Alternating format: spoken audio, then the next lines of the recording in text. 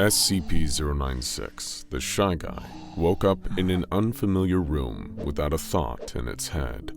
However, one thing quickly occurred to it. This was not its containment chamber.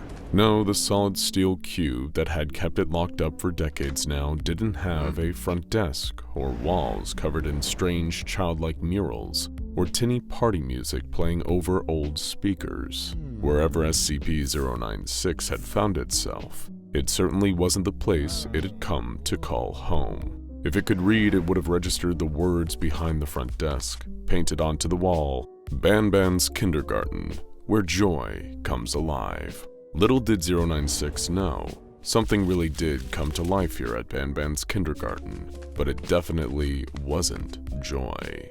SCP-096 was typically used to a much more confined space, so presented with so much strange freedom, its natural instinct was to wander around, whimpering quietly to itself. This place was certainly peculiar, with multiple large reinforced doors, each one having a large red button fixed to the wall above them. A strange green creature was painted on the wall, with an affixed speech bubble that read, "Jumbo Josh says, eat fruits and vegetables if you want to be strong like me." Though 096 paid no mind to such things. This place looked like an SCP Foundation containment facility, mixed with an off-brand Chuck E. Cheese, and some tiny part of the Shy Guy's dim and dismal brain wanted to see more of it. What other secrets could it hold? The Shy Guy pressed one of the big red buttons, causing the doors to open underneath it. There was a faint sound of childish laughter somewhere down the distant hall. How had it ever found its way into such a strange place? The deeper the Shy Guy wandered, the more strange murals it saw on the wall. There was one for a large orange cartoon jellyfish with one staring eye, where the speech bubble read, "Stinger Flynn says, having many arms allows me to help a lot of people." Then, a squat blue gorilla-like creature with sharp lower teeth had a speech bubble that read, "Captain Fiddles says, ooga booga, booga ooga." A white feminine cat-like creature had the speech bubble, "Banbalina says, kindness is free, so sprinkle it everywhere." A misshapen pink bird creature had the speech bubble, "Opila Bird says, laughter is the best medicine, so make sure to smile." And of course, most importantly of all, presiding over the creativity room, was a mural of a grinning red creature wearing a pair of party hats on its head like horns. His speech bubble read, "Banban says, sharing is caring. Your pancreas is mine." A whiteboard not far from this mural had the words, "Run for your lives," hastily scrawled onto it. To anyone but the Shy Guy, who had no point of reference, this was clearly not a normal kindergarten.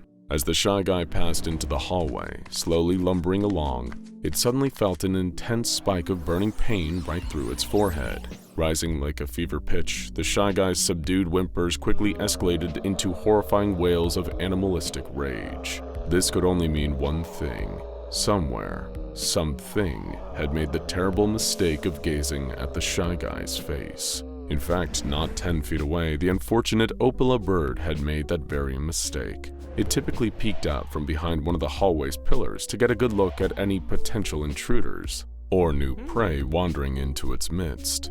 But this time, the beastly bird's curiosity had taken it from predator to prey itself. Though it wouldn't realize this until it was already too late.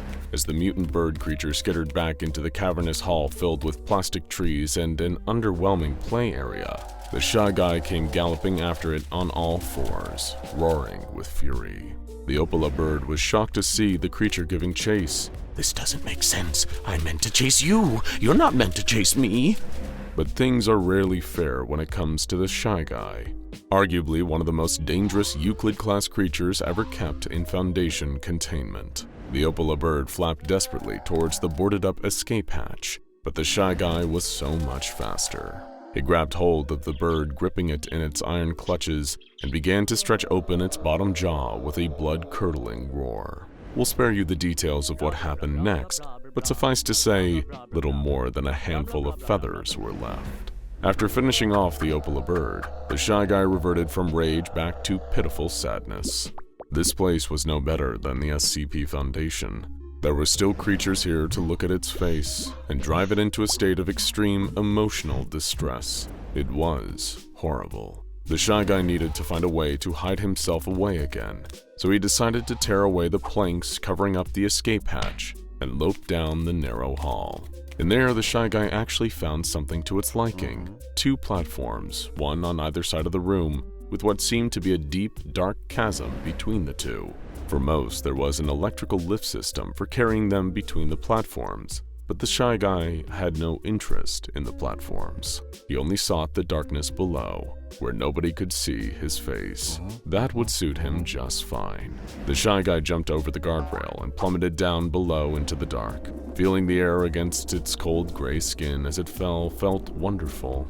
It dared to think that it might even find solace in this deep, dark place, but as soon as he hit something solid, some kind of metal lift system, alarms went off, and flashing red lights soon made everything down there in the darkness visible.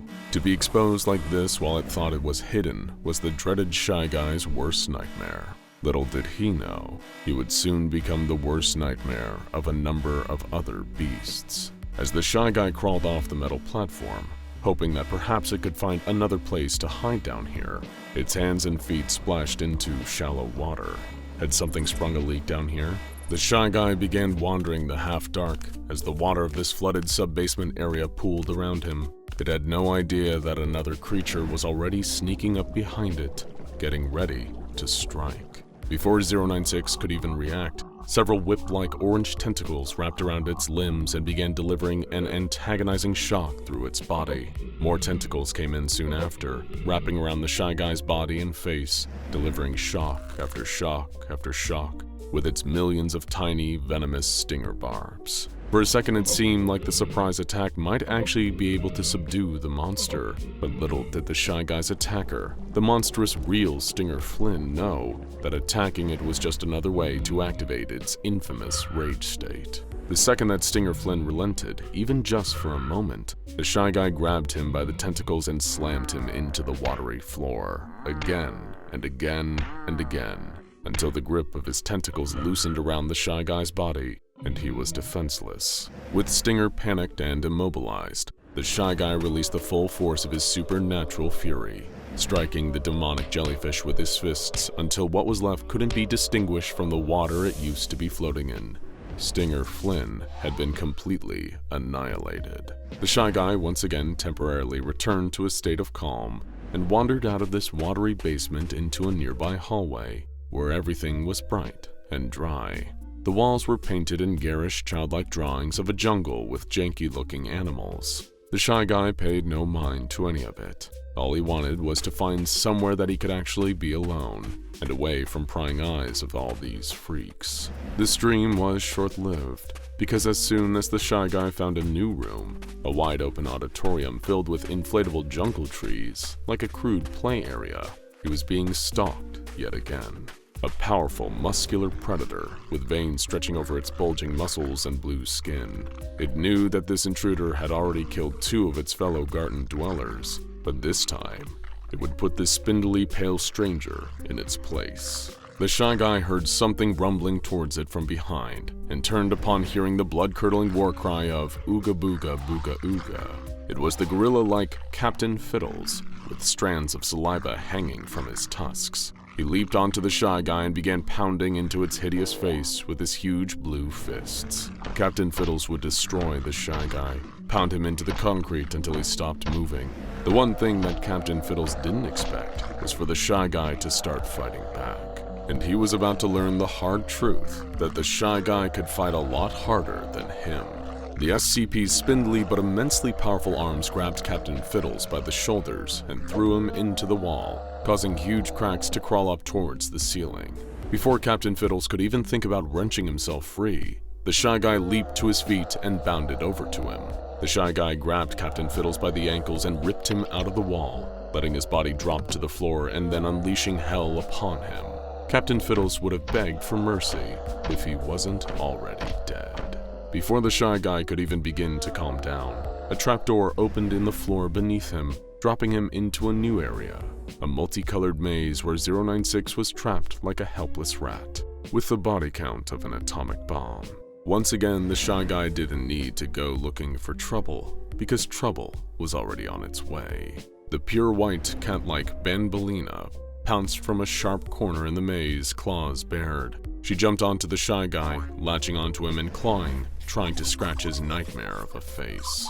If the shy guy had ever possessed anything resembling patience, it would have run out long before now. He grabbed Banban, shrugging off the pain of her claws and tossing her into the darkness high above. She flew off with a cat-like yell and hit some distant ceiling with a crunch. Suffice to say, she wouldn't be back to bother the shy guy again.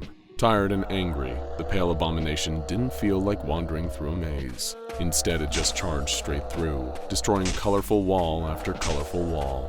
When it encountered whatever was behind this extremely frustrating afternoon, it would destroy it with extreme prejudice. That was almost certainty. After breaking through one more wall, the shy guy tumbled out into a strange room, where a grinning red creature was waiting for him. Wearing 2 party hats on top of his head, this was no mere lackey. It was Banban himself, the one behind this nightmarish kindergarten. He stared right into the shy guy's face with no fear at all, almost like he knew something that the shy guy didn't. And it was true. He had no plan to fight the shy guy himself. He'd brought a champion with him. As the shy guy started to scream in rage, all the boxes behind Banban tumbled out of the way as a huge figure rose. A behemoth at least 50 feet tall, with green skin, giant teeth, and huge, staring eyes. It was Jumbo Josh, and if the shy guy wanted to graduate from this nightmare kindergarten, it would need to defeat him and Banban. The shy guy growled, digging its claws into the ground and preparing to charge forward. Challenge accepted. Now go check out SCP-096, look at a picture of Shy Guy in space, the Shy Guy questions and theories, and SCP-049 cures SCP-096 of the pestilence for even more SCP.